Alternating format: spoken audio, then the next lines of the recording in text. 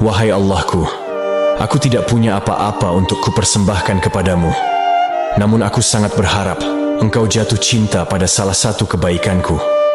Walaupun aku tahu kebanyakan yang aku miliki adalah dosa.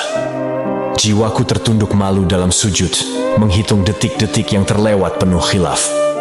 Di relung hati yang gelap, terbit harapan untuk menemukan cahaya ampunanmu. Setiap hembusan nafasku memohon, semoga ada satu langkahku yang Engkau ridhoi. Aku hanyalah hamba yang lemah, terombang-ambing antara harapan dan ketakutan. Namun, dalam sepi ini, kuutarakan cinta tulus tanpa syarat untukmu, ya Rob. Jika ada setitik cahaya kebaikan di dalam diriku, sinarilah hingga pudar segala dosaku, ya Rohim. Aku menyerah pada kasih sayangmu, dengan harapan Engkau ridho menghapus segala salah dan dosaku. Amin. Ya Rabbal Alamin.